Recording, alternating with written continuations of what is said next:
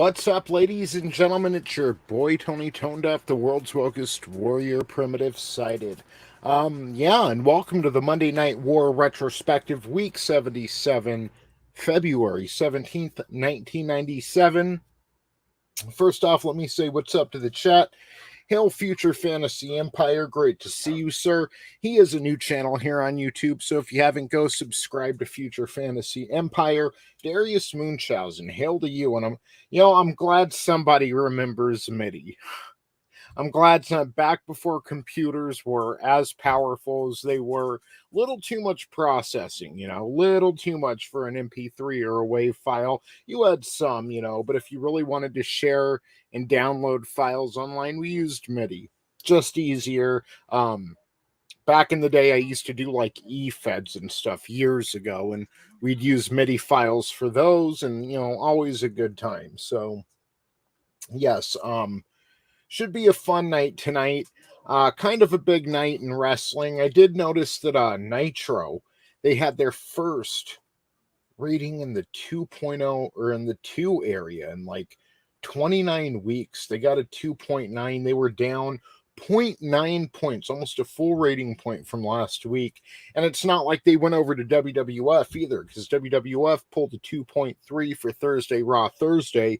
And now back this Monday, they pulled a 2.1. So the altogether audience was down 1.1 ratings point this past week, which is kind of weird because it was a good week in wrestling. Not bad. Not a bad Nitro. Definitely not a bad Raw. It was actually a very interesting Raw. And we're just trying one week closer to Raw is War and the War Zone. They're getting ready to make that transition. It'll happen before WrestleMania 13. And speaking of WrestleMania 13, we're going to find out the main event for that tonight. So, yes, good times. Can't wait to discuss it with everybody.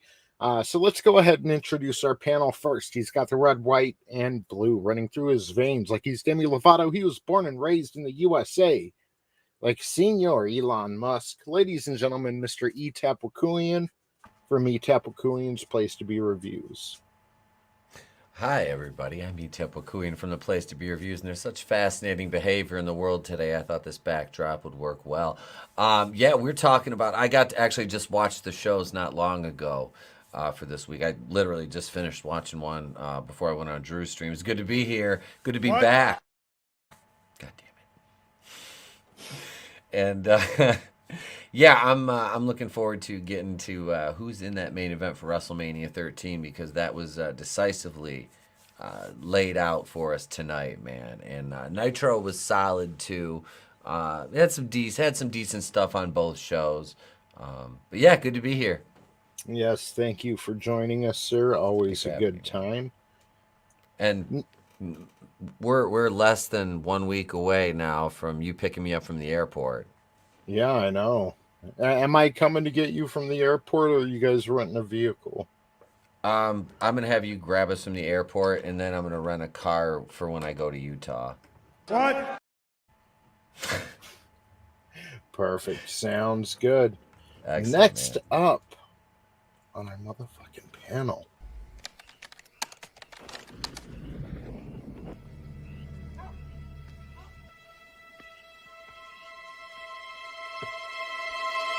Got the magic shit. I know if I could hit once, I could hit twice. Hey guys, what's up?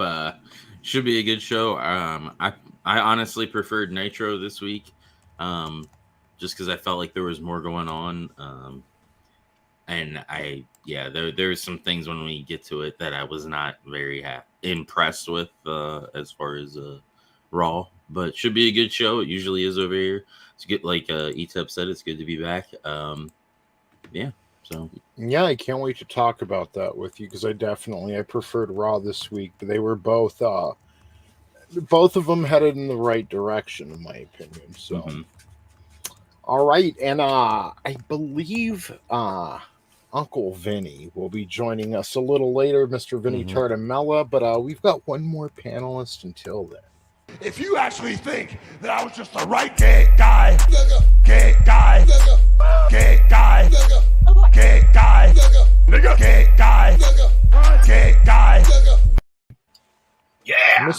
Super fan Adam Shawhan. That's right. I are you too. I'm here with you. Hell yeah. Good to be back. Always. Hell yeah. Thank you for joining us, man. Good Thanks for times. having me, brother. I was like, God, please don't let him come in singing the song. No. Oh yeah. God, please. Just You comes guys in don't guns have the blazing. right. That's right. Just guns blazing.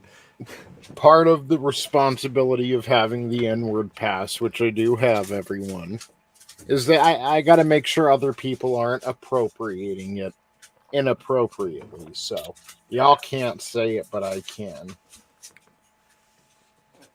What's up, Tommy? Tommy was in and out like that. So yes, good times, cheesy jokes. Always Tuesday, always the Monday Night War retrospective. So yeah, fun night tonight. Hilda, Judas Goat Barbecue, great to see you. Hail to Future Fantasy Empire again. Great to see you, man. Vinny says that he will be here in a few minutes. So everyone just hang tight. Hold on to your seats. The man, the myth, the legend, must have Mr. got my Cardamello package. will be here. Vinny must have got my package, Tony. I sent him Frank. He must be out walking Frank. Good times. Everybody can use a little bit of wiener in their life, so that's good to hear. So I haven't been keeping up with actual, modern day product lately. I try to, but I don't. I guess Extreme Rules is this Saturday, so I might check that out. But honestly, I don't even know the card for that yet. Is anyone hip to what's going on Saturday? Yeah, Ronda Rousey, I think she's on the title card, but Living Ronda Rousey. I can pull it up. God, I don't like Ronda Rousey. Mm-mm. I think we're going to say that every week. I got to make a nice little gift to upload to dedicate towards my dislike and disinterest of Ronda Rousey. I'm just too disinterested to make a gif about it. It's like I think it like runs deep. Etep has the Brie Larson. You need the Ronda Rousey, but Yeah. Yeah, Everybody needs one of those.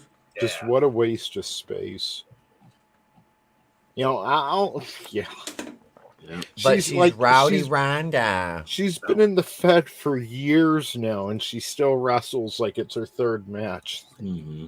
You're just no good, sweetheart. I'm sorry. No. You got Logan Paul. Okay, he's a name outside of WWE as well. He comes in, he wrestles his ass off and presses everybody every time he's in a match. Here's the... That ain't Rousey. Oh, wow, it's in Philly. I didn't realize that.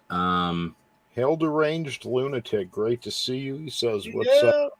Uncle Gary. What up? So we got Brutes versus Imperium. Don't know any of them. Well, that's Sheamus's group, and Imperium is Okay. What's his name? That has the IC title. Gunther. Gunther, yeah, that's his group. Yeah, So Jesus. it's those two versus them. I quit match Edge versus Finn Balor. That disinteresting ass storyline is still going on. Yeah, so Wait, we got a Edge versus Edge. He's Finn been Balor? beefing Balor. with them longer than he was ever in the group. Mm-hmm. And then there's Drew McIntyre versus Karrion Kross, which is a strap match. Fight pit match: Matt Riddle versus Seth Rollins. The battle over Athlete's Foot? I don't know. Ladder match for the women's championship, which is Bianca Belair versus Bayley. Two people I couldn't care less And about. then you have Liv Morgan versus Ronda Rousey. I like Bailey. Okay, she's a good wrestler, Yeah. But I just rumors heard- are that what's his name's going to be coming back, Bray, at this. Yeah. Why is he going to go back? They're just going to misuse him again. That's the Yeah, caveat but to this thing is It's Triple H will use him. Triple H is a big Mhm. fan of Bray. If he went over to AEW, he'd be in fucking trios matches. Yeah. Oh God, why do they? That's my problem. Like, I like AEW, don't get me wrong, outside of their soy-filled fucking crowd mostly, the live events that I've seen, and the fact that they have a fucking Tony Khan or whoever's booking that shit's got a fucking hard on for trios matches, and it's like, why? They're stupid. The Bucks are pushing that shit, I bet They're you, on Tony. Fucking stupid. Those matches are a waste of time. They're a clusterfuck. They're a bitch to be in. Yeah. Ugh. We've got And Tommy they have and two- the Guinea Pig Collective in the house. Tommy. What's What's up, up? brother? Yeah, Great to babe. see you. Oh, they have 2 tag or triple tags now because of ROH. Yeah. So like, this shit's whack. I know FTR already called out Tony. They're like, hey, we're still your, number 1 tag team. Could you please book us? They did that at a live event, and they're too far. They're too far left for even Tony Khan. He's like, no, those two are kind of woke, aren't they? Who? FTR? Or? FTR. Yeah. Oh, I think, I don't know. They're really. Why? That's so. What the fuck? You're fucking supposed to be like men. You're not supposed to be bitch made, soft ass Charmin fucks. Like, come on. So, Draven, what are your thoughts on FTR? I like them. Oh, motherfuck. I knew that was coming. Yo. I like them. I think their in-ring work is great. They're good. Same. They had a good match with the only reason Briscoes. they're not being pushed is because fucking the Bucks have issues. Like, they think they're the best. Like, legit think they're the best. And they're not. They are far from it. Tony Khan needs to rope in his backstage area. Like, they have no respect for him. If they respected him, CM Punk wouldn't be going off in press conferences. If they had respect for him, the Bucks wouldn't be going into Punk's dressing room after that. There wouldn't be people like this is WCW all over again. You've got people going into business for themselves, holding other people down. And if they wanted to do what's best for business, the Bucks and FTR would be feuding right now and having a great feud and putting their personal feelings aside and trying to build the company. But it doesn't help that the Bucks are EVPs either. So yeah, exactly. Like nobody. I'm sorry, nobody. This is what I've learned from wrestling. Anybody who's actively on the cards in wrestling and their competitors, they shouldn't have any backstage power at all. Agreed. Absolutely. And that is a huge problem for them. It was a huge problem for WCW. You see this at every fucking indie show you go to. You can't, and Tony Khan wanted to be friends. He's a mark. Tony Khan's just a mark. And he wanted to be friends with the guys. That's what it is. He wanted them to think he was cool. And that's why he's got this, cavalier attitude towards the backstage. And look what happens when you foster that kind of culture and you let them run. He can't be seen as a disciplinarian now. No matter what he does at this point, he's always just going to be a money mark who bought his way into the business. Yeah. And this, you reap what you sow. And the chaos is because of the way you manage things, because you know shit about the wrestling business. And by EVPs, you're saying they're executive vice producers or something like that? I guess so. Something Okay, like that. But they have some kind of power. That's fucking horrible. That is horrible. No. Same with Omega. That's why he can tweet all he wants about. I'm the longest running wrestling promoter now in North America, and that's fine if you want to fucking brag about that, but you've got, and I've never been a Triple H fan, or at least not in a very long time. I liked him, back in the 90s and stuff before the game and all that, but he's got a lifetime of experience in the business. And he can be seen as the disciplinarian. And even Stephanie McMahon, who I'm not a fan of, nobody's running over her. No. So I trust him in his position a lot more than I trust Tony Khan in his. Like, Tony Khan has a lot to learn, and you would think he'd learn from some of the mistakes of the past, but he's repeating those mistakes. And I do hope, because I don't want there to just be one promotion. No, I no. hope he learns from those and comes out the other side stronger and doesn't lose his promotion because of it. Because, Honestly, right now, I think AEW needs a streaming platform. Because the network with Peacock and wrestling, like, so you can watch all their back catalog. That'll get in a bunch of people to watch. And then they also need something with, which I'm pretty sure, because Jericho's the ROH champion now, is what they're gearing up for is a TV deal. Because when you hear Jericho, he has name recognition. Claudio doesn't really have that. Hail, good stuff, Comic Skater. Great to see you, bud. And I don't think when two companies merge, the more dominant culture always takes over within a year or two. And I think that's what's going to happen to ROH. I think its days are numbered, unfortunately, which brings me to another one of their problems. Their first problem is Tony Khan needs to rein in the backstage area. Their second problem is they're growing too quick, and they have a lot of talent, a deep roster, so deep, in fact, that they're not displaying these people how they deserve to be displayed. They have too much talent right now, and then you end up with situations like Malachi Black or Miro, these really great talents that you don't get to see all that often because you just literally you don't have the platform to do it. I mean, you've only got 3 hours every week on TV, maybe a few hours on YouTube. What do they do? Two or they four. Do 2 on Wednesday night and 1 on Friday. Yeah, and then 2 YouTube shows. People can't love wrestling on YouTube compared to TBS. You know. Yeah. Because a lot of the viewers who just watch the TV don't even watch the YouTube stuff. And they're like, well, where are these wrestlers at? It's like, well, if you watch the YouTube thing, you'll see them. And some of those stories start on the YouTube, and then they get transferred over to TV. But some people aren't even watching the YouTube, so they're missing some of the stuff. So it's like, that's why they need a centralized thing, like a streaming service. They can have all the shows right there, and then people aren't going to miss out on this stuff. Yes. So, with that being said, here's to the future of the professional wrestling industry. I hope we get more promotions going.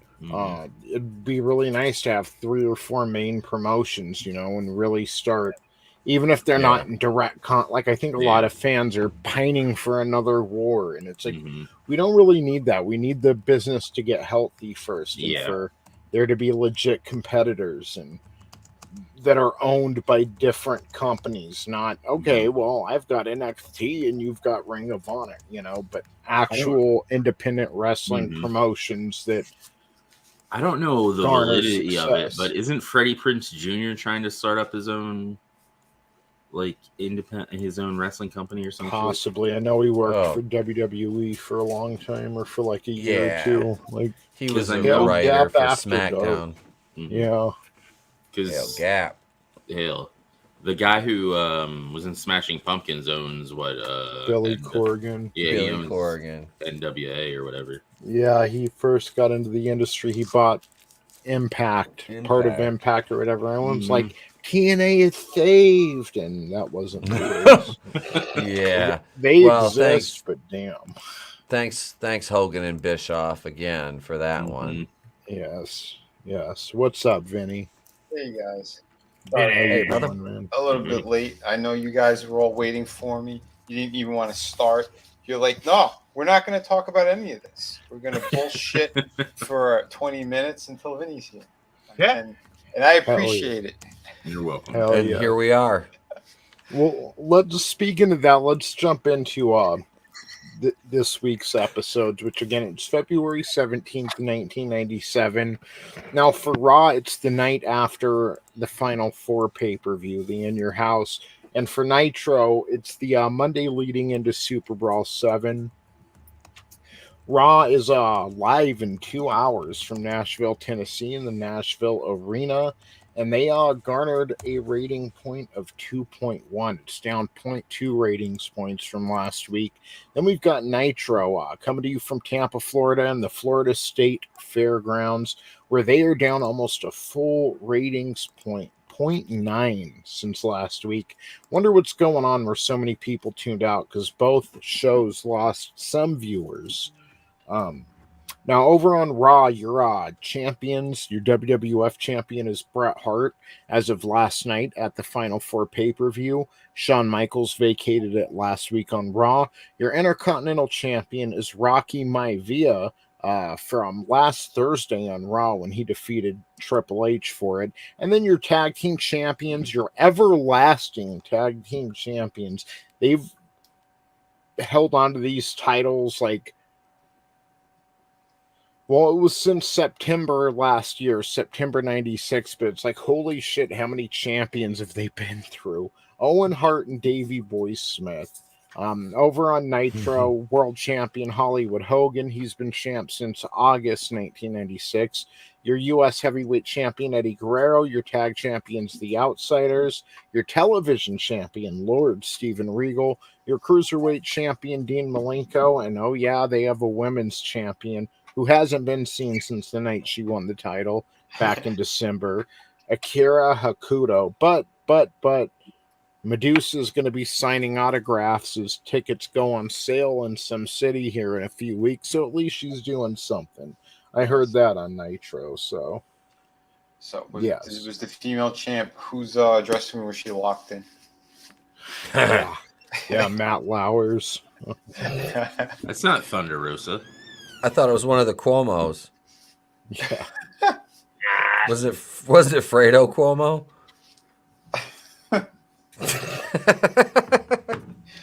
You know, it's unbelievable. You know, we're gonna lock your grandmother and your grandfather up, and then we're gonna never mind. Yeah. Again? Damn it.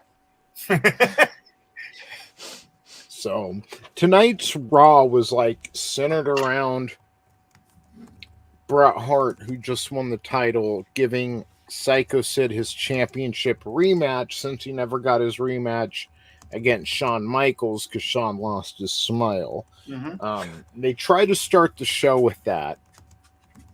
We get a false start to that when Steve Austin runs out and starts attacking Bret Hart. Then Sycho Sid's pissed off and he starts attacking Austin, which leads to Austin like shoulder checking Sid's knee. So Sid plays hurt and is like, damn it. And he's mad because he knows the match ain't going to happen now. This is the backstage moment, right? Well, then backstage, they're going to start the match over because Gorilla Monsoon's like, we're not the other company. We don't, falsely promote. We said you're going to get Bret and Sid for the title tonight, and you will. So then Bret's walking to the ring backstage, and Austin attacks him again. But finally, McMahon gets his handful of Sid and Bret. Yeah. Oh, you guys got to break it up. And he cut their balls. Yeah, Vince. This was my thing that I hated about this show. Like, they false started like 2 or 3 times, and it's just like, come on. Well, they're trying to build up the heat for Bret Hart and Austin at WrestleMania. But yeah, I get that. They already had heat like against one each other. Like, we didn't really need like another build up of that. Like, you already knew that they hated each other. Like, I don't know. Yeah, but now you got to understand like why they're gonna carry it over to WrestleMania. Like, because what happens, ladies and gentlemen, is when we finally do get the about 16-minute match between Bret Hart and Sycho Sid, which finally main evented Raw. Excuse me, it was more like 12 minutes. We had 16 minutes left in the episode. They must have went to commercial and they cut 4 minutes off the official time.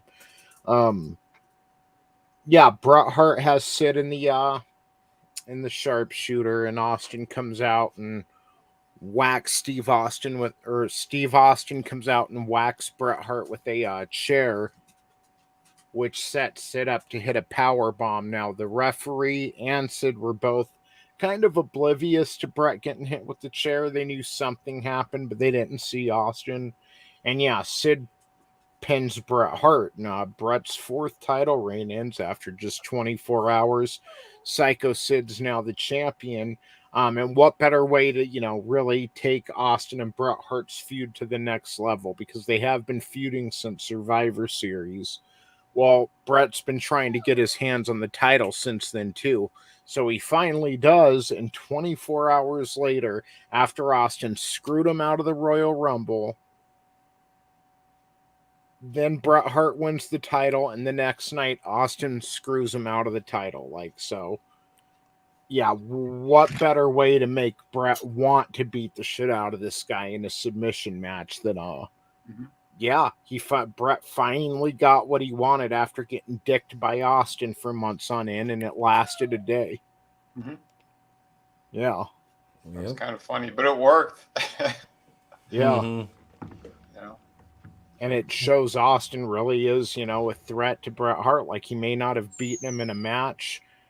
He may not get the upper hand when they're fucking brawling. It always ends up with Bret on top of him, but he's a real thorn in the paw of Bret Hart right now. Yeah, he was growing popularity so fast during that whole time. Yeah. They know that they had it, man. They had it right there. Yep. Can't always bottle it, but they were doing it. It's Sid's not the best, but he's the greatest in the world. I'm kidding. No, just kind of getting him there just for that moment, just to kind of fuck with them more. It was great because it was just like, here, you're just a placeholder. Hold this for a little bit. Yeah. And then, WrestleMania, we'll give it to someone better. Yeah. Yeah, and speaking of that, after Sid did win the title, the gong hits, the bong, the bell, and Undertaker comes out and stands face-to-face with Sid to hype up the WrestleMania 13 main event, which is Undertaker challenging Sid for his title, and Sid will poo during that match. So, I think at that moment he shit his pants a little. yeah. Yes. So, and over on Nitro, they didn't quite have the same, interwoven story, but kind of. There's a few things going on here. So, first off, we have the final go-home for Hollywood Hogan and Roddy Piper at SuperBrawl VII for the World Heavyweight title. We heard throughout the night that Roddy Piper was in Alcatraz, and we were waiting to hear from him. But also, at the beginning of the show, the NWO was making their way in the arena, and someone attacked Big Bubba, as they were walking, and they don't know who it was, but Bubba was taken to the hospital. Also, the third, the C tier storyline was that there's going to be the Four Corners tag match. The Faces of Fear. I don't remember who else, but the Steiners were supposed to be in it. And yeah, they got ran off the road by the NWO. Yeah, they were. That was freaking hilarious. I know. They were in a car accident, and then we go and see the footage after a little while, and yeah, the Outsiders ran them off the road if you ignore the obvious at it. And the car flipped. Yeah. Yeah. So, and then that was, A tier NWO right there. I like it when they do that kind of stuff. So, yeah, an interesting night. Hogan, the thing with Hogan's promos, he comes out, if the show ends at, 10 p.m., Hogan's coming out at 9:57 and does the whole long entrance, does about a minute worth of material, and that's it. But we did have Roddy Piper actually from Alcatraz in a real shitty looking cell. He was screaming into the toilet at Hogan. And said he's going to basically lock himself in there for the next week until Super Brawl. So, yeah. He's going to go insane. Yep. Do you guys mind while I let my fucking dog out of the room? She won't quit crying. That's all right. Well, you're fine, man. You can let the dog All cry. good, brother. I mean, open the door. Open the door. The Steiners and Outsiders in the car was freaking. Where were they? Where were they at? I'm not sure. I got can't that remember where. picture of that They gas station, bro. Like the gas prices, I couldn't believe them. I posted it in the Facebook group. I was like, "Oh my goodness!" I remember when gas prices were $1.50. Oh, God. Yeah, No, Hail 24 Eyes, Outcast, Owls bro. Live. What's going on? Welcome, No, brother. I heard the Steiners. They were on their way to tutor some kids with math. Steiner man. Apparently, what is his son or nephew or whatever? Was it Brock or something? Brick Breaker? I don't remember his name. Apparently, he did a promo that was like kind of a throwback to that recently. Braun Breaker. Yeah, Yes, Braun Breaker. Yeah, because there's it's- nothing original anymore. Everything Yeah. is, remember this? Yep. Remember berries. Was it any good, or was it just like I don't know. I literally didn't see watered the down? actual clip. I just heard that it was like a throwback to it. I've enjoyed Braun's wrestling. I mean, he's a combination of his dad and his and his uncle in his own. It's like- So It's like, hey everyone, I'm Brian Pillman Jr. And it's like, Good. can you like do some pills and alcohol? Holy shit. Get more interesting. I like him. He just needs to do the gimmick that he did during Flair's last match. Like, do that and do the unhinged thing.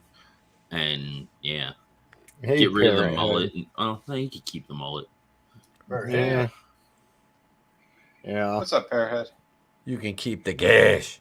Hmm. Yep. So interesting night.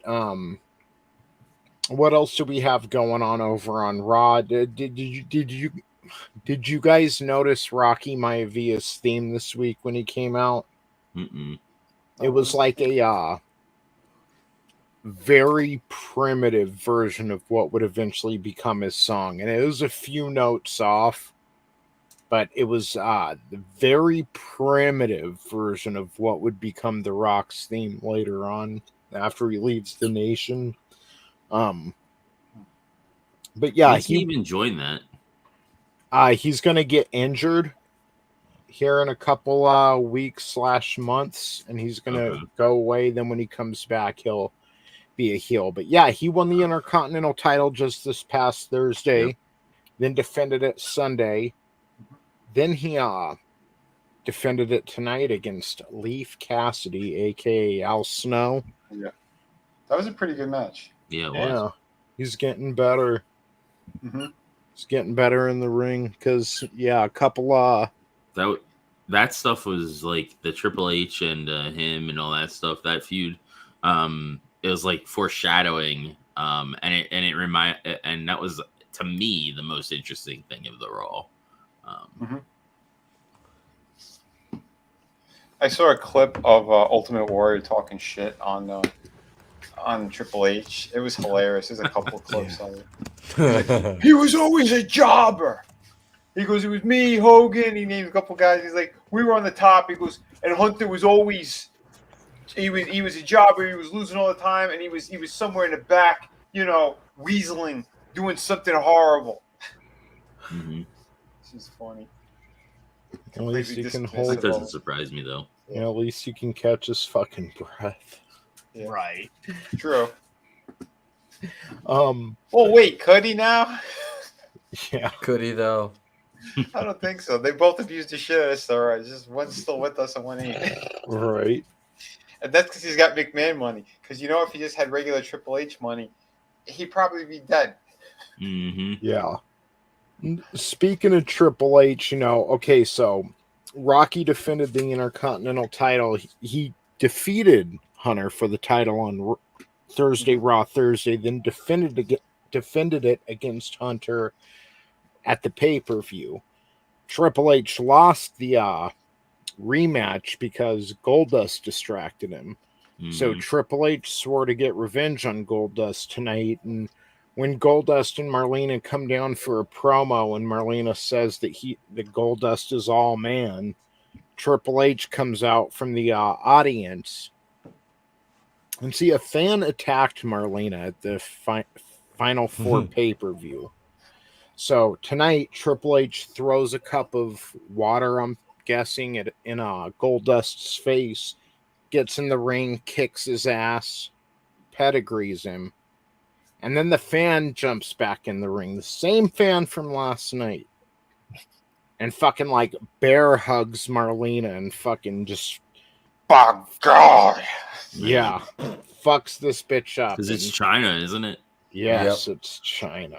That's an Amazon. That was so funny. Death by Snoo Snoo. Yes. Listening to King and JR try to navigate around that one was fucking hilarious. was. Is that even a woman? I'm not getting into that one. Amazon or a trainer. Put her sweating my barbecue sauce. I think she might have a penis, King. King says, wow, making his noises. Yeah. King's like, oh God, I'll suck it. Oh. But Damn. China debuted, fucking security ran in and rushed her and fucking escorted her out of the arena. Good to see her. So she should be, I'm guessing in the next week or two, officially brought on as Triple H's bodyguard. I'm curious. Back when Jerry came there and they all shit in his crown in the locker room, I wonder when China came in if she grabbed his crown as well and also shit in it. She lifted her leg and pissed in it. Probably. Better yet, she lifted her leg and Triple H tripped out. Triple H, he had a fork and knife. He was ready to go to town on it. Yeah. Yes. So Why do we do that to ourselves every time? Every time we do that, Vinny, we make ourselves go. I don't know. Poor Brutal Warning when he just came in as we were talking about that. Nice. Good timing, Brutal. Hail Brutal Morningwood.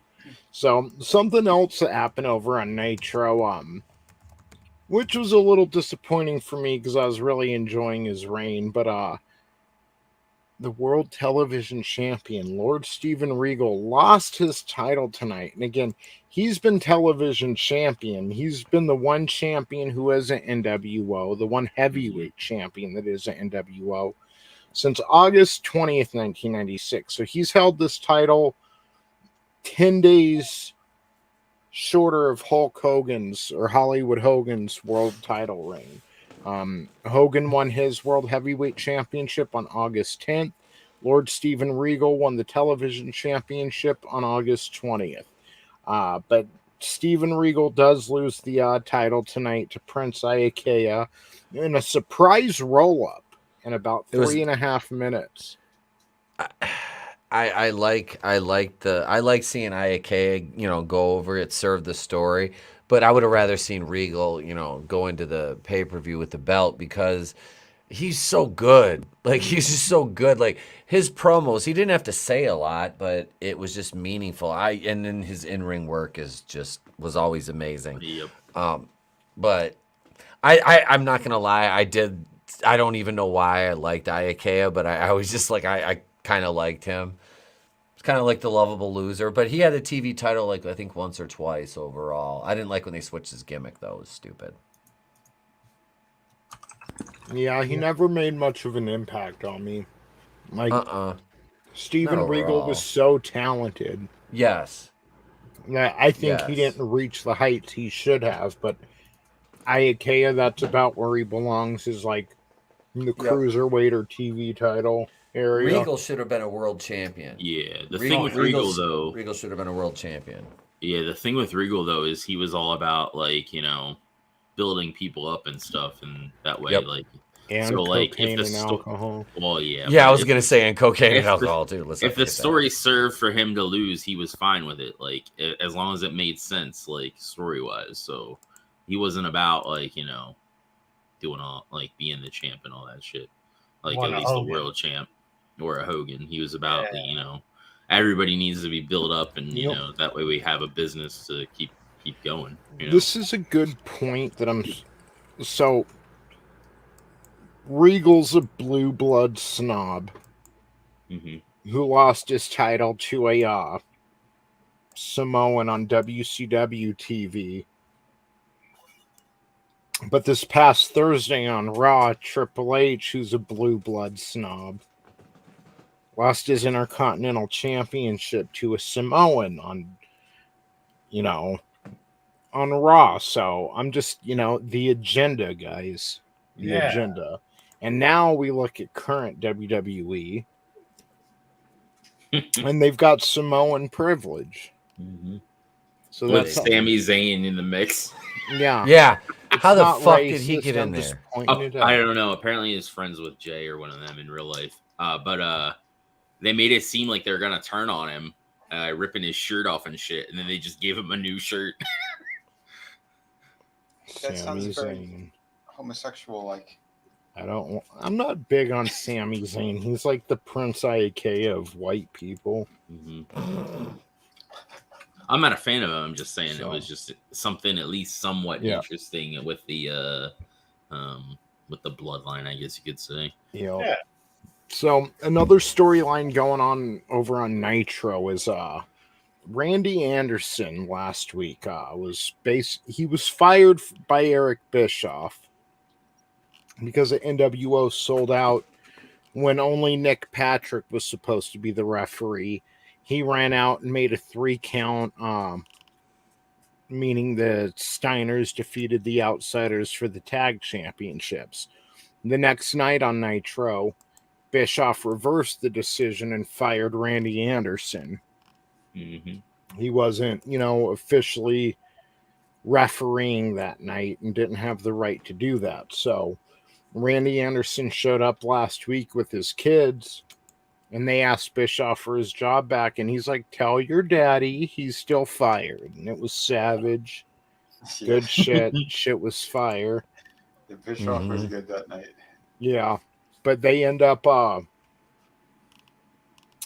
setting up Randy Anderson versus Nick Patrick for the next week, which is this week. And if Randy Anderson can beat Nick Patrick, he can have his job back. So they get into the ring. Randy Anderson got entrance pyro. Yes. And the referee, Jimmy Jett, hands Randy Anderson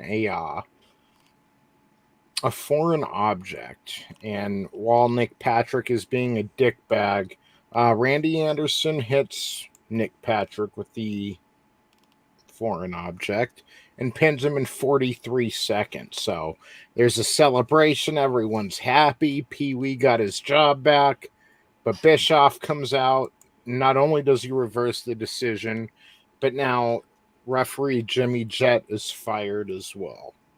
So, yeah. Oh, no. That's just mean, man. Just mean, yo. Mm-hmm. Yes. Over on Raw, we got the Hardy Boys. They're still jobbers at this point, but we got the Hardy Boys tonight. It was so funny watching the Hardys job to Thrasher and Mosh. Yeah. That was freaking hilarious. I'm like, oh, in a couple of years, these tables are going to be like completely turned around, Yep. In a couple And I years, say they're that as gonna overshadow, bro. I say that as somebody who's not even never was really a fan of the Hardys. I acknowledge how transcendent they were as a tag team, and How dare you? No, what they did, but I was never really a fan of them. But yeah, it's just crazy seeing them be jobbers for fucking the headbangers. Mm-hmm. Hail Ladega Outlaw. Good to see Hail, you, Doc. brother. We're just Hail, over here Doc. talking about how if Sting butt fucked Jeff Hardy, you would get Darby Allin. God damn. Motherfucker.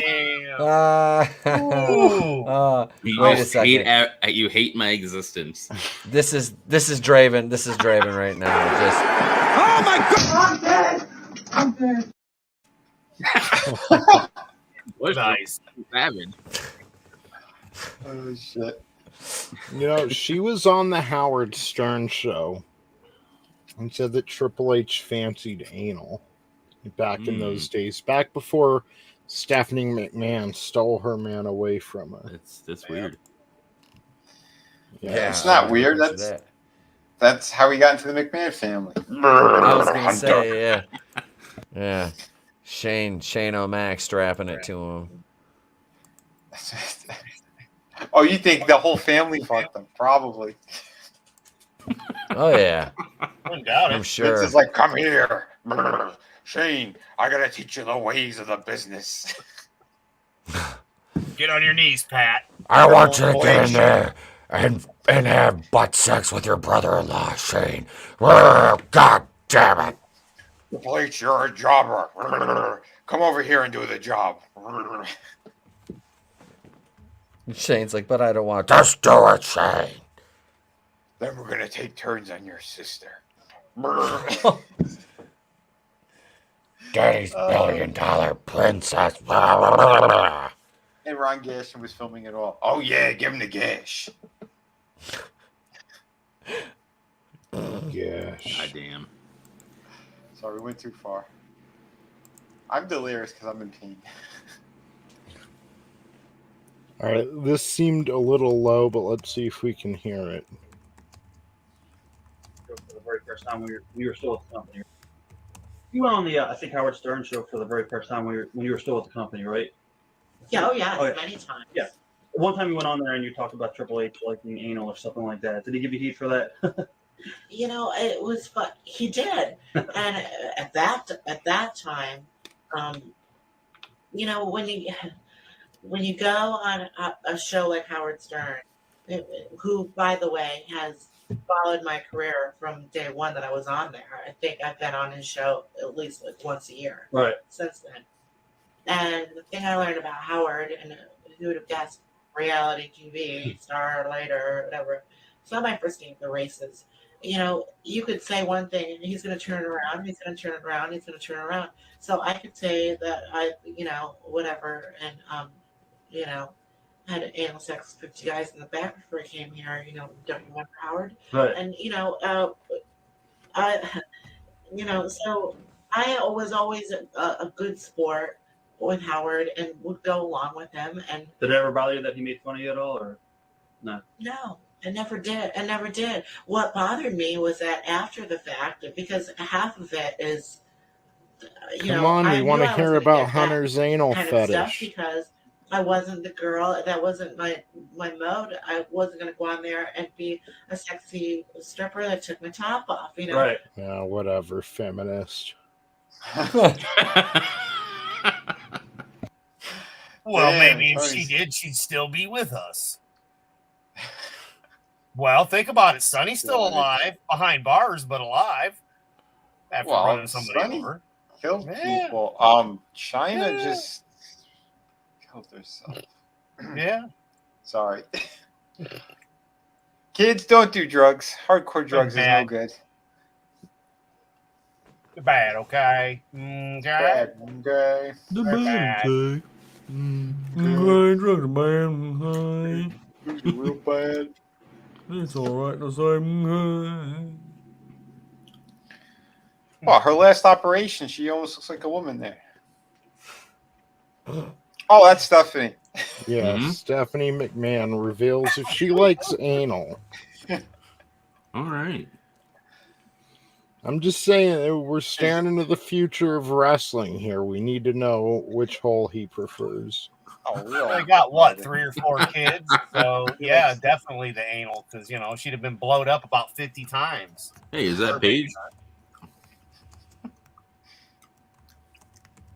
Yeah, so what the context here is, after Stephanie and Triple H got together, Stephanie went on to the Howard Stern show, so they follow up. So, okay. Howard would say, so you start working with him, and then what? How do you put the moves on your boss's daughter? He came to say, listen, I'm having feelings for you. Did he say I'm attracted to you? And suddenly he said, no, he would drop hints. And I sort of wondered, like, is he hitting on me? And then I thought, no, he can't be. Howard's, what would he say? We'd like to know how Triple H makes the move. Stephanie, I don't know. Well, our storyline was that we were married and we took over the business and drove my dad out. And so, like, I would be sitting on his lap and things like that, and he'd just say things. Howard, would he pop a rod when you sat on his lap? Stephanie, I didn't feel anything if you did. It's the steroids. One time when I was standing around the ring, he sort of crawled around me. He was on the floor and he felt my leg, and I was like, that's definitely flirtation. Okay, but what about the anal here? Control Right. F, anal. See, there's no anal on the fucking page. You promised him anal. Damn it. Right? We were told there'd be anal. Stephanie McMahon is actually one of the reasons why I switched from WCW to God, I couldn't stand WWF, her. because I thought she was I freaking know. hot I as a used to kid. watch her on mute. Mm-hmm. Right? Yep. You gotta Yeah, think of her like Hyde did with Jackie, yo. You know, she's talking, but you don't hear anything. You just see her sitting there and her jaws flapping, looking at her boobies. Just saying. Mm-hmm. Yeah. You're not wrong. There was better talent than Stephanie McMahon, in my opinion. I'm just like, I she's came because of her. I came because of her, but I stayed because of not Triple H, Stone Cold and shit like that, and The Rock. You came because of her. I say because of Triple H. Yeah, we know I you came did. because of her. I came Yeah. because of her, but I cuddled Goddamn. because of Triple H. Okay. Okay. It's so He arrived for Stephanie, but came for Darby Allin. Goddamn. Oh shit. That's so Draven. That's so Draven. Oh shit. Stayed for preparation H. Yes. Goddamn. So yeah. What's up, man? I was just gonna say I'll drop a little on him. Here you go. I'll season it up, Draven. There you go. Nice. We'll drop some bat on it and give you the bat flu. Now hold on. Howard never asked about Macho Man and how he was banging her. Right. Shit. Yeah, I'm kind of surprised about that. That never So was Savage just entered the bigger than conversation. Triple H's or not? We all know it's bigger than Batista's, so there you go. I'm Yeah, sure that's- before the show they had things that they couldn't bring up. Yeah, Or they were told probably things they off couldn't bring up. limits. Yeah. Yeah. I At don't the know, time, after- yeah, at the time though, Howard wasn't really off limits. He would talk about whatever. Mm-hmm. After He had one night sold with out. China, can you really hold anything back though? Not with her at Right. that point. I mean, Yeah. it's different interviewing Stephanie McMahon than it is Joni Lauer, though. Yeah. You know, I Stephanie's did gonna get to be way meet more reserved. X-Pac, so Yep. Yeah. So do you feel vicariously you've had sex with China too? yes. He's like twice.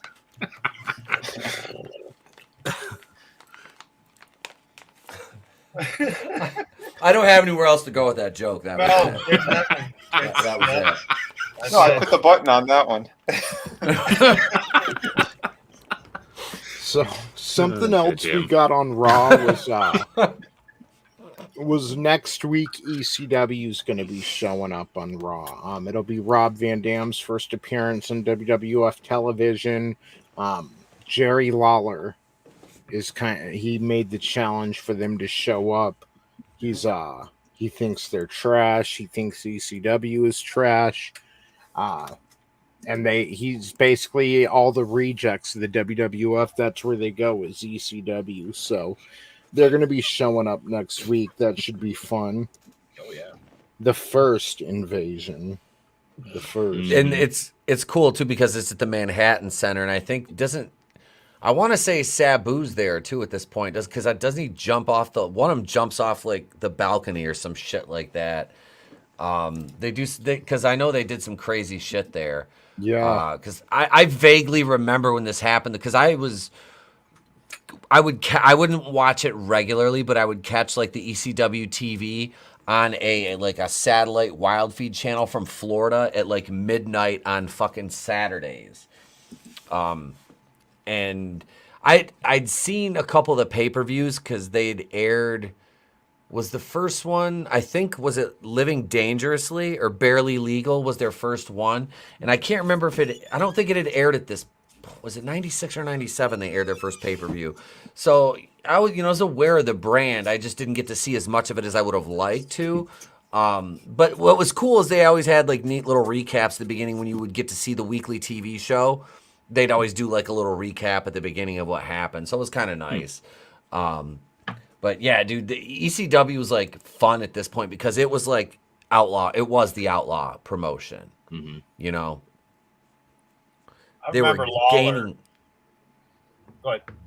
I was to say they were gaining, you know, more notoriety on a national level, but they were still, you know, they're like Ring of Honor was. They were just a overgrown indie promotion because that's all Ring of Honor ever was an overgrown indie fed, you know, that happened to get some really good names going. And I'm not saying that to knock Ring of Honor before they were bought out because I had a lot of my friends that worked there, you know, and I was always happy to see somebody get, because it was considered like a next level even as an indie promotion. So sorry, Tony, I didn't mean to derail everything, man. No, it's okay. My wife walked in with tacos. Tacos. Oh, Let's dude. Eat that taco, boy. Yes. Eat it. Yeah, I you got it. Go ahead and eat remember, your taco. You're That's eating sounds your fucking wife's delicious. taco on air. Yeah, that's a man there. That's a manly man right there. That's why he's Oh, son of a bitch. Well, it was unexpected. They're having like some kind of carnival get together at the school across the street from us. And she just walked in with a plate of tacos. Like, fuck yeah. Oh, yeah, bro. That's beautiful. Well, that's like AEW. They're basically like, if you want to get technical, they're basically an indie promotion, but with a bigger budget. Like that's really what they are at this point. Yeah. Yeah, they're basically Florida wrestling dystopia from fucking heels. In all honesty, there's about that basically that what was it, Charlie Gully or whatever is Tony Khan, like, except he's not.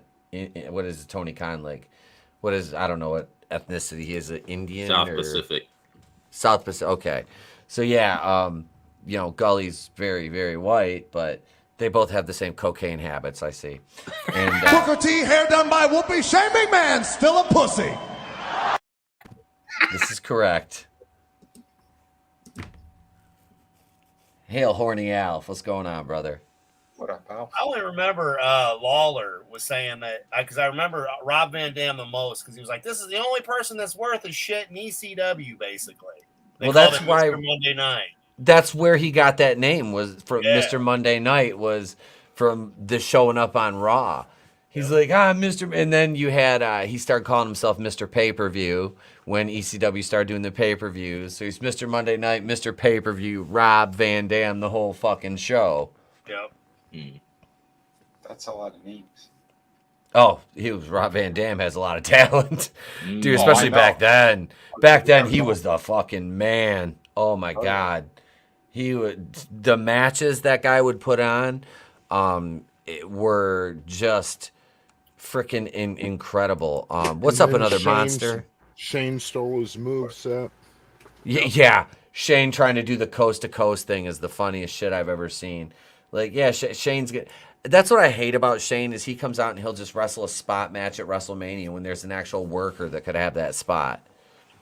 And yes, horny Shane Alf, you're right. Yeah. I missed the days when wrestlers were politically incorrect. Those were the days. Absolutely, they weren't soy bitches. Yep. Yeah, Shane McMahon is like the creator wrestler. Like, Yes. just throw a bunch of everybody else's moves on him and have a day. Hail, Tina Bojan. Welcome, miss. Oh, Tina. Again, Tina, thank you for the super thanks on that members video the other day. I appreciate it. Yeah, that's the problem with people like Shane is, you know, he's just he's a hired gun basically. He's just there, you know, he's there for himself. It's me because I'm a McMahon. Like, I belong here. It's like, no, you don't. You don't belong anywhere near the ring. That, and anyone could do those spots if they didn't have to wrestle the next night. Yep. That's it. That's 6 why. weeks off. Yeah. So For 3 I years. don't. Yeah. Yeah. I don't want to hear the excuse. Well, we needed someone on the card. We needed somebody to fill the card, so I had to have a street fight with Kurt Angle when there were thousands of people who would wrestle better than that, but just can't get the exposure because Vince doesn't like their height or something. I don't know. I did like the match between him and Kane at what was it, Unforgiven 03, I want to say. I get the same feeling I was when there Shane's live. on the card. I get the same feeling when they're like Shane McMahon versus whatever. I never take it serious. It's like when they announce Jerry Lawler versus whatever. It's just it's a nothing match to me. It's yeah. Well, the first time I saw it, like my cousin was telling me, he goes, "Yeah, he was in one of those pay-per-views and he threw himself off the top of something." I'm like, "Okay, that's he jumped off the top of the scaffolding." Yeah, I was like, that was pretty stupid, but like, I was still like, well, what kind of match is this? Because what are you going to do with Shane McMahon? He's not a wrestler. He left for quite a while. Then he came back and he left again. Like, yeah, because he was running another business. Yeah. That's what happens when you have money. You could assign your kids to a bunch of different stuff. You got to spread it out, just like I spread those referees' cheeks. That's why I was surprised to see him in the Rumble, because like I had heard that he didn't want anything to do with WWE anymore. Oh, come on, you know, buddy, just add another 0. That's true. I mean, that's all it takes is enough 0. I mean, he's a McMahon. You know damn well he's going to jump at the chance just because. He had to show up to make Kevin Owens look weak. Yeah. Did he hate his father too, or is it just Stephanie? You know, I would say yes. I think they both did to some extent at some point, to be honest with you. Well, look, I mean, Stephanie, how would you not? She's literally one of the reasons why they shit canned him. They had to get rid of him, is because they're the ones who got it out there, his sex scandal bullshit. That's why I was curious about that. If Shane had any part of that too. I would hope not, but then again, they are McMahons. McMahon? McMahon's are scumbags. Yeah. I mean, it's hard telling. You know, to have to hear the real, unedited, real, true story, one would never know. You know, because we'll never get it. Oh, no, we won't. That's like Hogan, right? The thing that pisses me off the most about Hogan, if you go back and watch some of the very earlier interviews that he does, and then you watch the stuff, like the stories change. Like, I love Macho Man, but again, you listen to the stories that they tell about the man now that he's been dead so long, and it's kind of like you can't really trust anything they say, because look at all the shit those guys all did together, you know. You're gonna kind of the memory's gonna fade. I'm sorry. All the drugs and alcohol and the shit those boys did, they're not gonna remember everything with a clear mind. Of course not. Yeah, Sting was my favorite too, Warning Elf. If you couldn't tell. I was gonna say though, but on top of that, it's when those guys do die, someone like Hogan, he's gonna change the story, because let's face it. I mean, the guy is a scumbag. He did fuck his wife. You know, he's never gonna be truthful, because he's been a piece of shit his entire fucking life. Yeah. So that's just how some of those guys are. Since he's on the top, there's not too many people that could dispute it, but the ones who can't stand them, they're not in the business anymore, and that's why they're telling their stories and stuff. Yeah, like Brutus, bro. Yeah, listen to the Iron Sheik. Yeah, Iron Sheik going off on Hogan is always the best. Hot dude. I never heard someone curse that much before in like one sentence. Apparently, they're bringing Dark Side of the Ring back, from what I heard. Good. Yeah. They need to. That shit was awesome. Yeah, it was probably just done with their last season, their most current season. They're coming back with another season, but I like Dark Side of the Ring. Yeah. Problem with people like Hogan is they never really cared about the business. They cared about how to stay on top of an industry, you know? Yeah. Yep. Keep themselves in the spotlight, even if it hurt the business, you know? So... yeah, I like Sting too, Horny Alf. he's one of those people, like, and they'll talk about, like, Bischoff will talk about Starrcade 97 and how that wasn't really Hogan's fault. Sting wasn't in the best place mentally. Sting not being in the best place mentally, he's still got 100 times the value and integrity that Hogan never had. Yeah. Oh yeah. The one Especially thing with WCW, dude. Oh Yep. yeah. Well, I was gonna say the one thing the only thing that always upset me about Sting is the match he had with Rick Rude that pretty much ended his career. That was heartbreaking, but yeah, I don't know how many of you guys are familiar with that, but they were in Japan, and he jumped. Rick Rude was on the outside of the ring, and Sting did that body splash over the top rope onto him. And whoever set up that fucking ring and the whole setup, that stage, like they had him on an extra high platform. Yeah. And yes, Sting, when he landed on top of him, they both went down. But Rick Rude, he went over the ledge, and like his back and neck, he dislocated his spine and all that shit, like parts of it. They said it was a miracle how he finished the fucking match, and after that, he was done. It was 2 discs came out completely. So that is one strong motherfucker for him to have finished that match. But yeah, that's what pretty much ended his career. Yeah. And they said that they had. Sting did it purposely. I mean, Sting's done that move, numerous times. Like, I don't think he purposely hurt. You know what I mean? No. Do that. No. It's just it sucks because it's one of those things. It's like because he was so good, man. The two of them. I would have loved to see what Rick Rude was gonna do because he was a fantastic wrestler. Vinny, I'd love to see Rick these days. Like if he would have made it to be Sting's, to have a flair. A lot of the guys we've lost, perfect.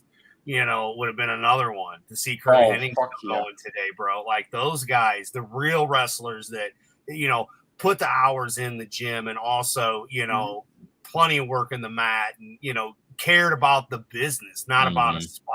And I'm sorry, I think Rick Rude was that way, and I feel the same way about Hennig. Totally, man.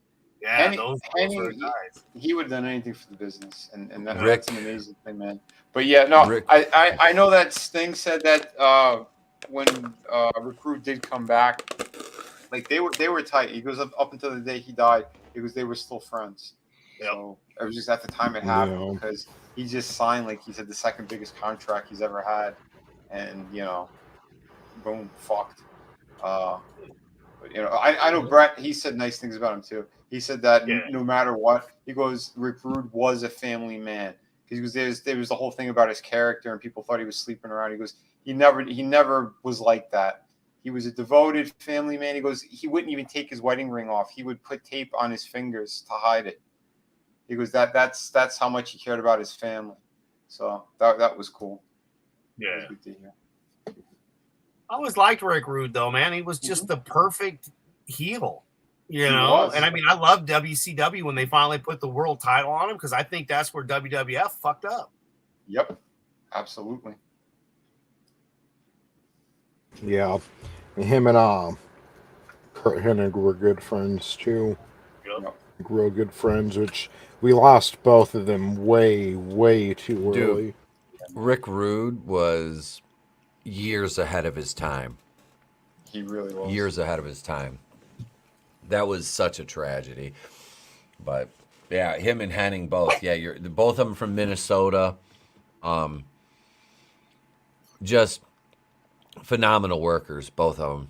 And it was sad that Rude's career got cut short. Yeah, he was about to make a comeback. They said because he's a strong motherfucker, and they said the doctors cleared him, so that's why he was getting into even more fantastic shape, and he was going to come back, and then he just didn't wake up.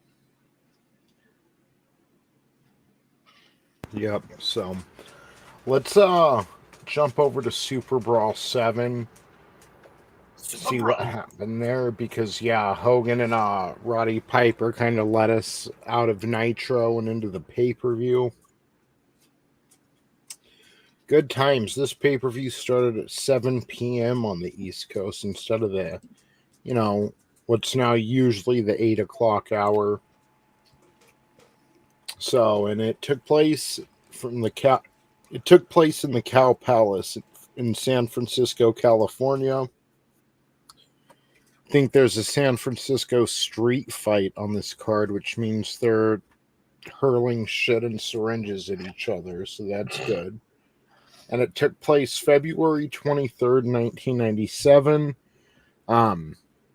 Roddy Piper's walking out of one of the cells in Alcatraz. He tells the guard that he knows the way and starts running towards the exit. Wonder how long that guard was there, because it's fucking Alcatraz. Like, hadn't it been closed like 2 decades at this point? Like, a little weird. Longer than that. Yeah. So we get the Cruiserweight title match. If you guys remember, Sycho stole Eddie Guerrero's U.S. title a couple months ago, and then he stole Dean Malenko's Cruiserweight Championship. So now Dean's wrestling Sycho to get his title back. And yeah, Sycho hits Malenko with the belt at the end. It stayed under 12 minutes, and he covers Malenko and picks up the win. So Sycho is now officially the Cruiserweight champion. Yeah. Give the NWO another belt. Why not? So What's Mean Gene is joined by DDP. Gene says that Page will be facing someone from the NWO tonight. Page says he won't be facing Hogan, Hall, Nash, or Sycho since they are already on the show. So Page rundowns all the members of the NWO before landing on Buff Bagwell. Yeah, so it's going to officially be Bagwell and Page tonight. Good times. We get a 6-man tag or trios. Conan, La Parca, and Viano 4 versus Hoovy, Ciclope, and Super Callo. Conan, La Parca, and Viano 4 win this one. Next up, we get a television title match. Prince Iaukea versus Rey Mysterio Jr. Prince Iaukea wins this, defends his TV championship. Good times. After the match, Regal's congratulating Iaukea on the victory. Yeah. And I don't really know what happened next. Mean Gene is backstage talking about the matches coming up tonight. The Giant joins him and talks about his match tonight against the Outsiders. Something else that happened on Nitro. This was supposed to be Lex Luger and the Giant versus the Outsiders. Lex Luger got his clearance to wrestle a week too late, so Bischoff won't let him, so it's going to be a handicap match. So he screws him again. Yeah. So next up, we get DDP versus Bagwell. DDP wins this one. They confronted DDP too earlier about the stuff with Bubba, Big Bubba getting knocked out. Yeah, he said he don't know nothing about it. Yeah. And that's the thing, too. That's what I forgot. Hogan came out and gave his promo at the end of the night, and then Sting and Macho Man came out and were staring at Hogan from the entrance ramp, and that's kind of how Nitro ended. And Sting was going to go to the ring, but Macho stopped him from doing that. Yeah. Yep. So next we get a U.S. title match, Eddie Guerrero versus Chris Jericho. Good times. Eddie Guerrero wins this one with the roll-up. Retains the title. Then we get the 3-way tag match since the Steiners are now out of it. It's the Faces of Fear, Public Enemy, and Harlem Heat. Public Enemy won this one. Holy shit. Like the worst possible choice you could make. Jesus. Next we get Jarrett versus Steve Mongo McMichael. McMichael asks for the briefcase from Deborah, but she tosses it to Jarrett, who crushes Mongo with it and picks up the win. Yeah, he's a cuck. Right. Yep. Here's the San Francisco death match. And the loser of this match gets run over by Paul Pelosi. Yeah. It's Kevin Sullivan with Miss Jacqueline and Jimmy Hart versus Chris Benoit with Woman. What happens here? He's got the feet. While you're thinking of that, can I just Can I just mention how cringy it is hearing Kevin Sullivan and Jimmy Hart repeat "too legit to quit" over and over again? Yeah, I know. Terrible. I know. So he Benoit, has the fever, man. He like gets his superpowers from it. Oh, he gets it from something. yes. So Benoit brings out a table, sets it up in the ring. He puts Kevin Sullivan on it. Jacqueline tries to stop Benoit, but Woman pulls her back and puts her on the table as Benoit comes off with a splash on both, permanently injuring his brain and causing a tragedy in a few years. But for the time being, Benoit covered them both for the win. After the match, Benoit, Sullivan, and Jacqueline are out cold. More referees come to the ring as Arn Anderson looks on and just shakes his head. Paul Orndorff comes out to the ring and sends a referee away. They all check on all three of them and bring out stretchers, and they get carried away. We get a commercial for the next pay-per-view, WCW Uncensored. Then we get the tag title match, The Outsiders with Six versus the Giant. Lex Luger is supposed to be a part of the match, but he was banned by Bischoff due to an injured arm, so Giant is here alone. And what happens here? Luger comes out to the ring. Bischoff's trying to stop him, but he just throws Bischoff to the side. He gets on the apron and is begging for the tag. The Giant tags him in, and he is a house on fire. He takes everyone out. He signals for the torture rack. He puts Nash in it. Nash gives up, and new champions are crowned, which I'm sure this will get reversed too because he wasn't supposed to be in the match. Right. Mm-hmm. Like you can almost guess it, like when this was week to week, you could almost feel that it's like it doesn't matter. They're going to get the belts back. Mm-hmm. I love the NWO, but there's I was parts gonna of it say, that I hated. I didn't mind it though, being a heel fan, especially that with the Outsiders. I was like, that's fucking fine. I don't care. A lot of it, like back then, was like you felt defeated each week because it's like, okay, when is this gonna sort of like the villain is always winning. Yeah. I don't like 2022. Well, I mean, like you have the same thing in Raw with like Austin at times too, like right, yeah, where like he's the villain and you're like, man, when are the good guys gonna get a leg, a leg up at some point? Yeah, and it's never sweet when they do. Mm-hmm. So next up is the main event, the WCW World Heavyweight Championship match. Roddy Piper versus Hollywood Hogan for the World Heavyweight Championship. How does this match end? Piper gets the sleeper hold on and Hogan falls down to the mat. That's how Piper defeated Hogan at Starrcade. Hogan's arm drops for the 3 count and Piper celebrates in the ring. Savage pulls Hogan underneath the ropes and slides something in Hogan's hand. Hogan hits Piper with it when he comes around and pins Piper to retain the title in one of the most confusing endings of a match ever. Yeah. After the match, Savage and Hogan start to beat up on Piper. Savage hits the elbow. Hogan hits some leg drops. Hogan spits on Piper, and they rape his mouth in front of his son as the show goes off the air. With Pat Patterson, right? Because Pat's got to be in that. I have a question, Tony, and actually for the whole panel. Do you guys remember like a week or two back when Piper was in the ring with his kid? Now he's like, just let me go home, Terry. Didn't it feel like Shawn Michaels did the same shit like 2 weeks later when he dropped the belt and he's like, I'm going to go home? Mm-hmm. Or is it just me? No, you're right. They copied. Mm-hmm. Okay, I thought so. Because it was a shitty copy too. But. Not really, because it's like Shawn Michaels was the current like face of the company and champion. Like they were playing it off with Piper. He had only had one match, and they were saying it was unsanctioned, and he wasn't a part of WCW. So they were trying to award him a title match, and he was saying, "I'm not interested. I was never a part of WCW." and I don't want to be. I came here and accomplished what I wanted to do. Okay.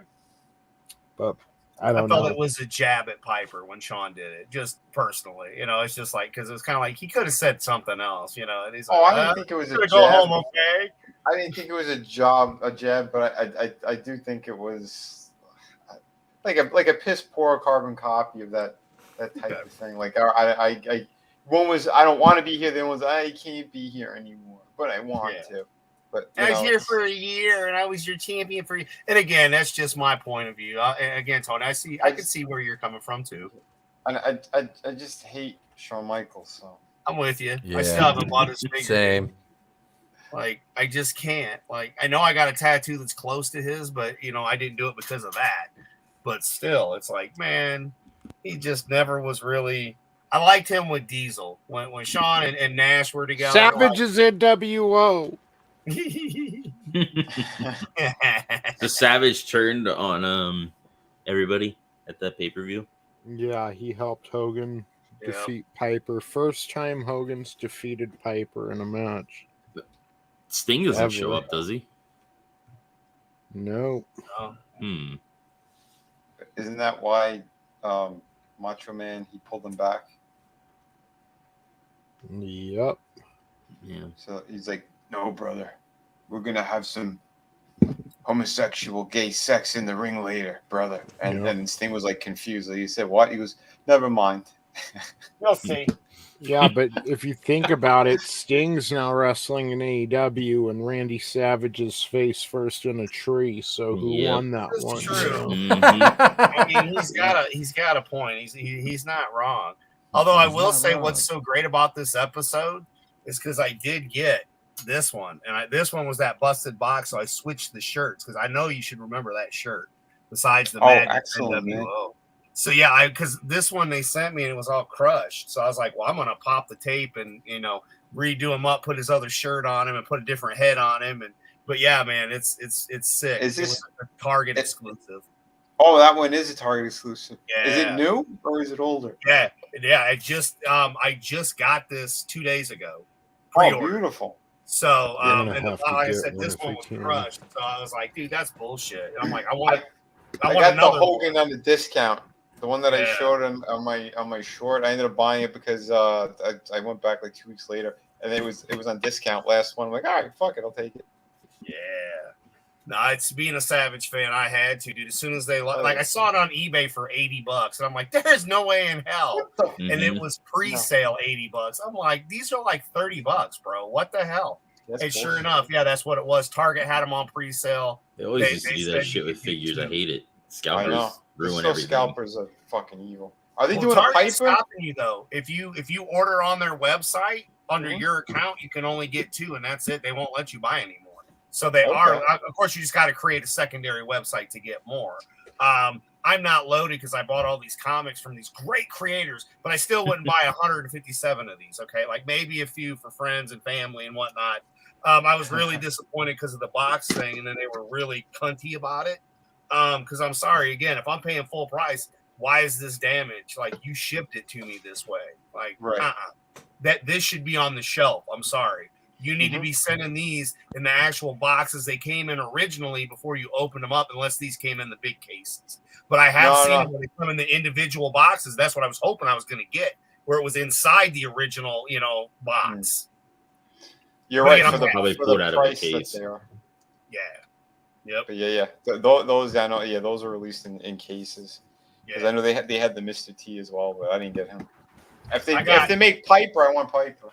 Dude, I've been watching because I'm on this shit all the time, right? Like, believe me, you'd be getting a message. I mean, look, I love buying people things. Don't get me wrong, when I can, but something like that, Vinny, I'd be like, bro, it's out.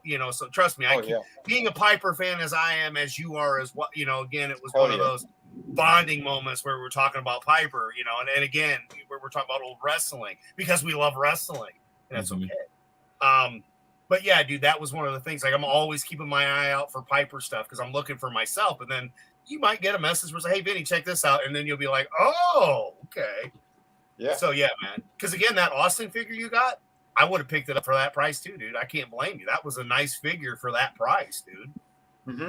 That was a win, bro. Yeah. That was a good win. You On kidding? this- That GameStop one was awesome, man. On this day, This day. October 4th, 1986, with a rating of 9.4, we got WWF Saturday Night's Main Event number 7, where the first match was the WWF title match. Hulk Hogan defeated Paul Orndorff by disqualification in 10 minutes. We got a snake pit match where Ricky Steamboat defeats Jake the Snake Roberts. Roddy Piper defeats the Iron Sheik in 43 seconds. We get a 2 out of 3 falls match for the Tag Team Championship. The British Bulldogs, Davey Boy Smith and Dynamite Kid, defeat Dream Team, Brutus Beefcake and Greg Valentine. Greg the Hammer. Yes. And then the last match of the night was Kamala defeating Randy's brother, Lanny Poffo. Oh, damn. Was he leaping Lanny Poffo then, or was he the genius at that point? 86? I don't think he was the genius yet, was he? I don't know. Was he still leaping Lanny Poffo? I don't know. Son of Angelo Poffo. Yep. Dude, that genius bit was like so annoying when he did it.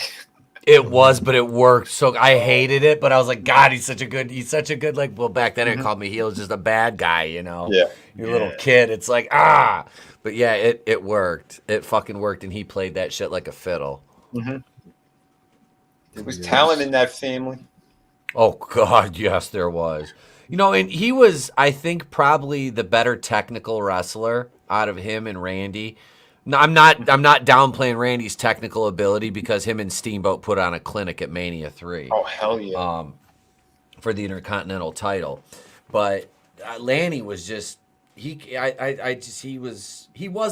have that panache that Lanny didn't have what Randy had, as far as, like I said, the panache, the showmanship when it came right down to it, you know.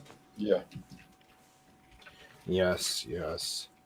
So, guys, we're going to wrap up a little early tonight because I have some things I need to do. So let's go around the horn and everyone can plug their channel, what they got going on. And, yes.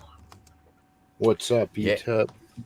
Yeah, I have a review of the 1989 schlock straight-to-video horror classic Puppet Master that'll be dropping tomorrow. And I'll be working on I got another couple that I'll be setting up to release while I'm in Vegas. And then I've got trailer reactions that are coming. I just got 2 videos back from my amazing editor, Good Stuff Comic Skater, that'll be dropping next week too. One's about unsolved mysteries, and then we've got another Friday the 13th video. A lot more coming. I picked Puppet Master today. I saw it was on Peacock. I'm like, I haven't watched this movie in about 10 years, the very first one. Mm-hmm. I did not know there was a complete spin-off trilogy. There's one called There's one called The Smallest Reich or something like that. I'm not doing any more of those. I am going to do a Trauma movie next, though. So I'll be doing one of those, maybe, and we'll see. But, yeah, we got Going Rogue Wednesday night, and we got videos coming out the rest of the week. No Saturday night's main event this week. Remember, I will be in Detroit Saturday, and then Sunday night I'm flying out to Vegas. I'll be hanging out with Tony. And Monday night the guys are hosting the show. And no live streams, none of the regularly scheduled live streams through next week, as we'll be doing some pop-up streams out in Las Vegas, and while we're hanging out, stuff like that. But there will be videos releasing every day next week, at least 1 to 2 videos releasing during the duration of my vacation. Thank you so much, Tony. for having me on. This was a blast. Panel, love you guys. Chat, you guys are fucking amazing. I love your beautiful faces. Come over, subscribe. Channel memberships are open, $2.99, $4.99. I've got a review of The Lost Boys, working for Draven. And also on the Harvey Wokuian producer tier for him. We just got the Heels Season 1 review out with me and Vinny, requested by superfan Adam Shawhan. And I'm going to talk about, it's the Axeman of New Orleans, Nowlands, if you're Creole. That's a request from Good Stuff Comic Skater. So I'll be doing a video about that too, which is nice because that'll be fun, a little bit of research. You know, it's not a movie review. So I'll stop talking. Come on over, subscribe, follow me on Twitter, all that fun stuff. Love you guys. Surf Nazis Must Die. It'll be that one if I do it. Thank you, bro. Thank you, man. Love you, dude. Thanks for having me as always, bro. Always. Hey, guys. So Saturday, November 19th. At 7 p.m. Eastern, we'll be watching Full Gear. We don't have the match cards yet, but I've been watching this stuff going forward, so you guys know what's going on when we do watch it.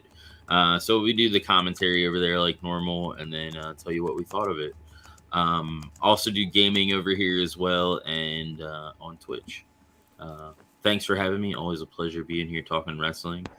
But yeah. Hell yeah, bro. Thank you for coming on. Thanks for having me. Yeah. So I'm not going to dox a certain person, but I know a certain date in a couple days is coming up for somebody's anniversary.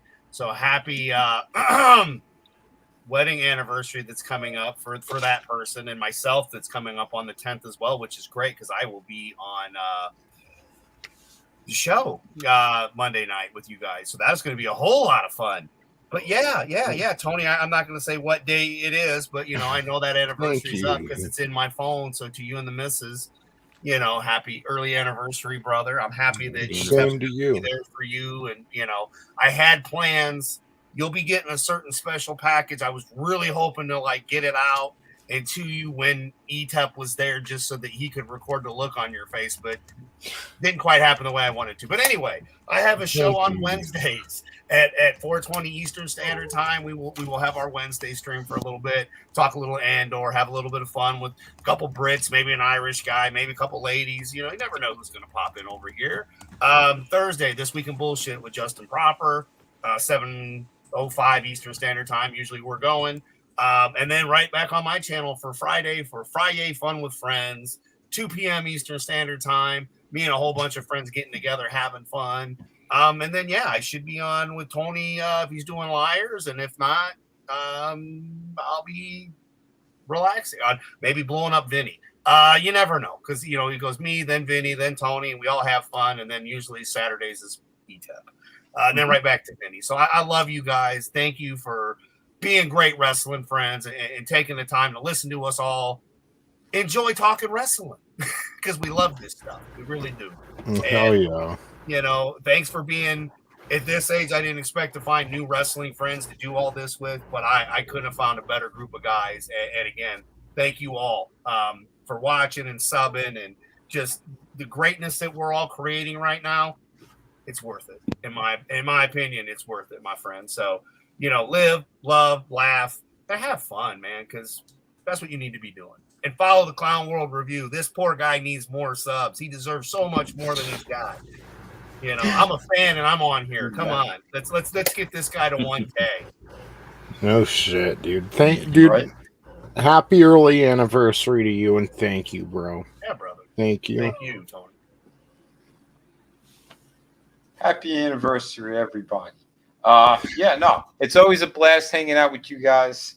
Again, yeah, it's one of the highlights of the day all the time. Every time we come out here, you know, all the streams that we've been doing. Adam's right, man. It's a blast hanging out with friends, fans of all this stuff.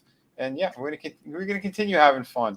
Yeah, head over to my channel, subscribe, and yeah, we got our streams on Fridays and Sundays. Occasionally we do the Thursday one too. Tommy's back now, so I don't know who's doing it this week. It's either me or him, but yeah, we should have another toy stream going on. And yeah, I got some more reviews coming. I put up the Predator one, the Jungle Hunter. Beautiful fucking figure. Great stuff. But yeah, I'll try to review a couple more. But I'm getting some work done too.